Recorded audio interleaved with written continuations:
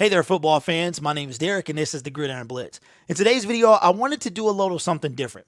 I wanted to dispel the myth that you can have a lot of subs and subs automatically equal views. Well, that is not true. I did a video, man, probably about 7 or 8 months ago about why my view content or somebody with a huge subscriber base much bigger than mine can have interaction on a different level.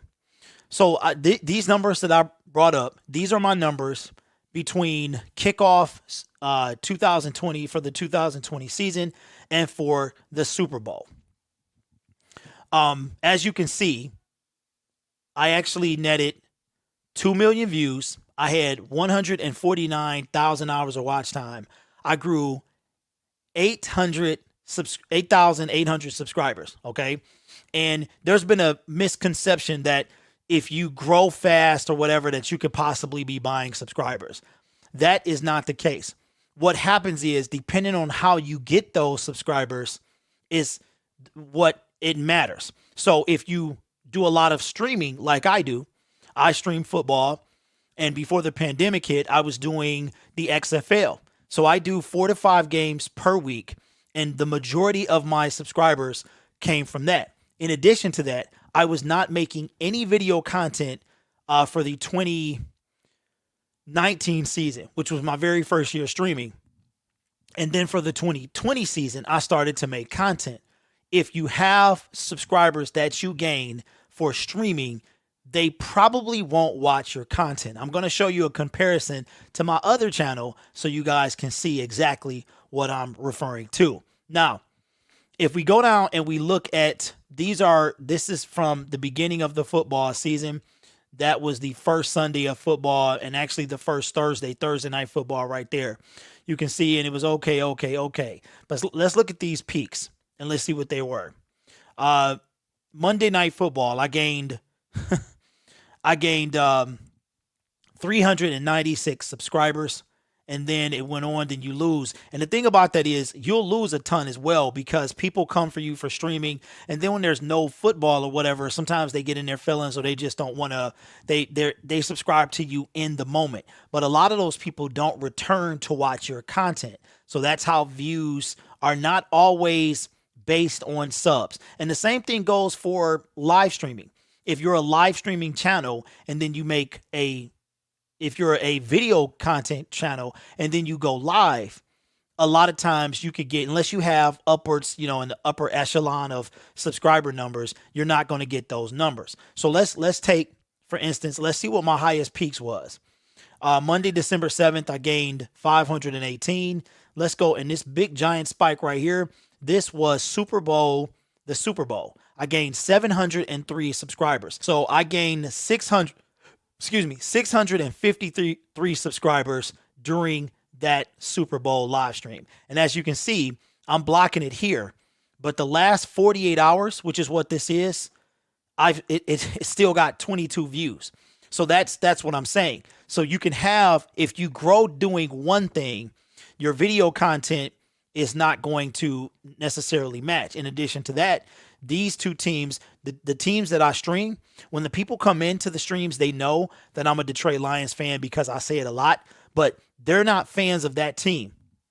And I make a lot of content on Detroit. All my content, production content is Lions, but my streaming is all football, right? So that's one of the reasons I didn't want to become the Detroit Gridiron or the Detroit Gridiron or the Detroit Lions Blitz or something like that, because I knew that I wanted to do more than just Detroit. So a lot of this has to do with when you stream. So when you stream, you get most of your views and subscribers during that. And then when you turn around, when it's time to make content, nobody cares. That's just it. Because your fan base is majority. When I make Lions content, nobody cares about that, because as you can see, I got 653 subscribers from the Tampa Bay Buccaneer and the Kansas City Chiefs. So if I made maybe, videos on all teams, then that might be the way. All right, this is a colossal difference between streaming and making videos. So if we look at the date, which is from the day after the Super Bowl until today, I'm only plus 51 because my algorithm now is streaming. See, people need to understand when they talk about numbers that there are many factors at play.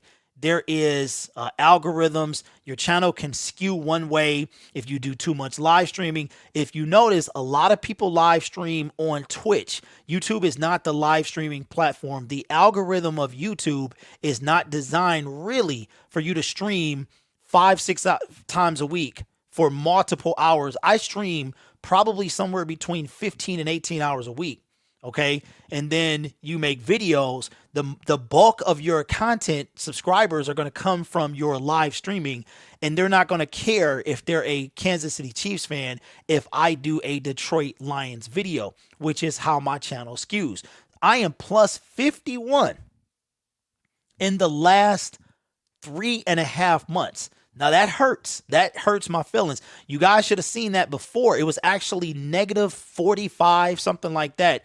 Because while you stream a lot, you gain a lot of subscribers that way, but they do tend to fall off because either they sub to you while they were in their feelings or something like that. So it's tough, but it's a price that I pay for streaming as much as I do. So again, if you study your analytics and you dive into it, then you'll get really kind of a good idea of why this. I don't know why the notion of buying subscribers is a thing. Like, if you have success, you must be buying subscribers. That's not how that is. My channel is a streaming channel, unfortunately. And I stream all 32 teams, but when I make a video, I talk about Detroit Lions. So as you guys saw at the beginning, I was plus 8,000 for the NFL season.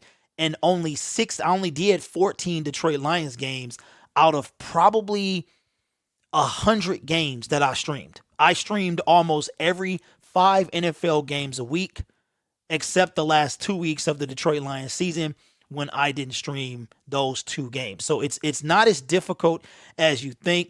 Engagement does not equal viewership. Now, to contrast this, to prove my point, that live streaming versus videos or videos versus live streaming does matter. If you're a video content creator, I've seen people go live with millions of subscribers, okay? And they only have about 2,000, 3,000 people in their chat, okay? All right, so if you have 1 million subscribers, 3% or 10% would be 100,000. So typically people could get anywhere between 1 to 3% of their subscriber base is in their live streams at any given time. We've gone over to my other channel, DoorDash Dad. If you do gig work or anything like that, you might want to check it out and subscribe. This channel is only 15 months old. I created January 20th, 2020. And if you look here, this is completely different. I pretty much gained the entire thing. All I gained during the NFL season on the Gridiron Blitz. So if you look at the engagement over here, I live stream 1 time a week, and I just started that about 2 months ago. So there is a colossal difference between a streaming channel and a channel that just produces content, video content, where there's no streaming involved or very little streaming involved. So it absolutely does make a difference between the two as to the engagement. Another thing too that I want you guys to really dive into, I'm telling you, you need to be involved with your analytics. It's funny how a long time ago, I was told that I was all about numbers. And if you want to be successful on YouTube, you need to be all about your numbers. All right.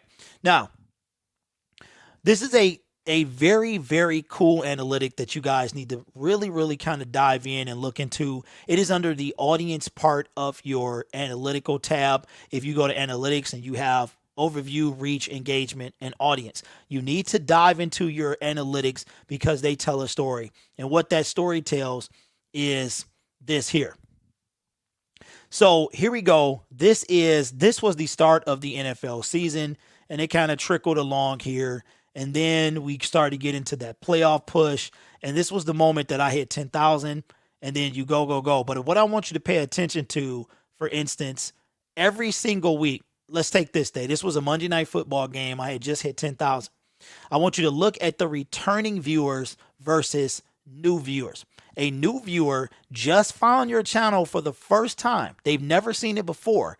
And your returning viewers are ones that have returned to your channel. There's another analytic that YouTube wants to add, and that's probably, it's called occasional viewers. I think something like that. Maybe they'll add it, maybe they won't. If you want to know this stuff, just dive into your analytics and you'll see. So you can see here, I've got 2,800 return viewers, and that particular day, I had 18,000 new viewers, people who had never seen my channel before. Now let's just look. And as you can see, almost every time the new viewers, let's take another spike. Let's take this spike here. All right, I'm currently in a way, so I need to scroll up, but it won't move. All right, so let's take this spike right here. Okay, I'll try to scoot out the way. You have 14,710 returning viewers. You have literally 4 times that of new viewers. Now you have to remember, if a new viewer finds your channel and they sub, they sub for that moment, they sub for that video and things like that. A lot of times that's not a Detroit Lions live stream. So when it comes back to my content creation, those people are still subscribed or things like that, but they don't necessarily care about the Detroit Lions video. So yeah, it's kind of a punch in the gut, but this is analytical proof. This is a new viewer.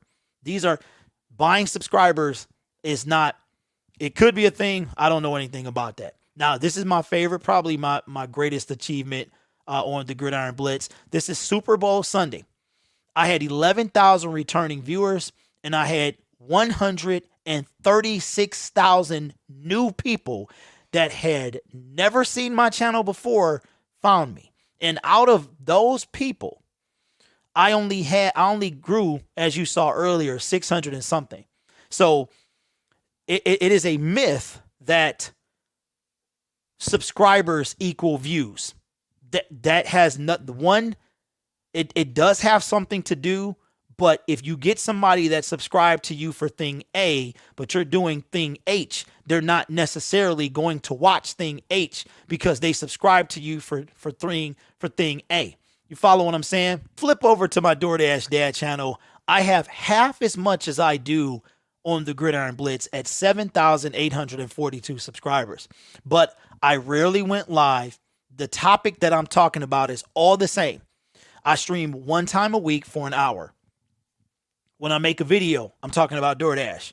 When I'm in the car, when I'm streaming, I'm talking about DoorDash. I'm not talking about the Detroit Lions, the Kansas City Chiefs, the Tampa Bay Buccaneers. I'm not streaming about multiple teams. I'm talking about one thing over and over and over. Now, if we look at the type of viewers and subscribers that I have on this channel, it is a very, very heavy contrast to what it is on the Gridiron Blitz. Great that you see here. This is before this feature was added onto YouTube about the returning viewers. Now, in contrast to the Gridiron Blitz, my head is in the way.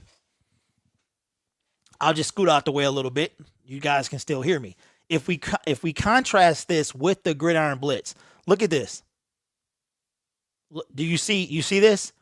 These are returning viewers because they subscribe to me for one thing. They know I'm going to talk about that one thing. They keep coming. They keep coming. They keep coming. Let's go to the peak right here.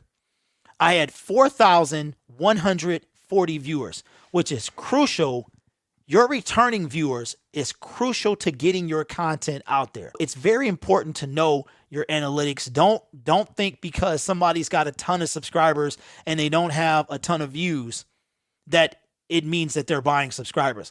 I want you guys, any live stream that any person that you're subscribed to, the next time they go live, I want you to go in their live stream and I want you to compare how many people are in their chat versus how many people are subscribed to them. And you tell me what the percentage of that is. I can guarantee you that the biggest, you can see somebody with 5 million subscribers and they might have a fraction, I'm thinking anywhere between 1 and 3% of their total subscriber count in their live stream. Does that mean that they bought those subscribers? Not at all. That simply means that people come for you for a certain thing and they come to you at a certain time.